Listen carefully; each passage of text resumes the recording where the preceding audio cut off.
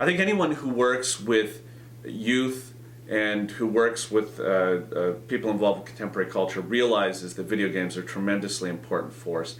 And I think that there are youth leaders all across North America who are in churches and who are trying to figure out how best to develop godly young Christians, know that they really need to engage video games.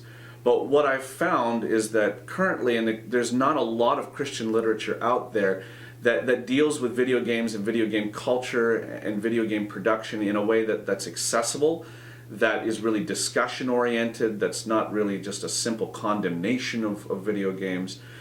And that's where I see the value of Games in God. I think that this is the kind of book that you can structure discussions around, and even if you don't want to use it as sort of a book discussion kind of thing, you can use that to inform your own discussions. The breadth of the book, I think, is significant here. There's a whole bunch of different topics that I tackle in it. I don't go too deeply into any one thing, but deeply enough that there's lots to talk about there. I try to make the language very accessible, and I think that even teenagers can read the book and get a lot from it.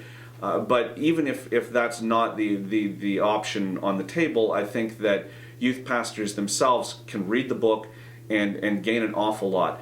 The other thing that I think is really, really important about the book is that it is not meant to be the final word on this. It is meant to be a conversation starter. There is room for disagreement on a lot of important issues here. I try to present a lot of different perspectives, my own included, of course, but what I really want to foster is this opportunity for youth leaders to really start talking about this. Not necessarily to end talking about this, to deliver a sermon in a sense that this is the way it is, but to start a discussion where kids can grow, where adults who love those kids and who are taking care of them and who are guiding them can also grow and develop a deeper understanding of where those kids are. So I think of Games in God will be a really, really important tool for that kind of ministry.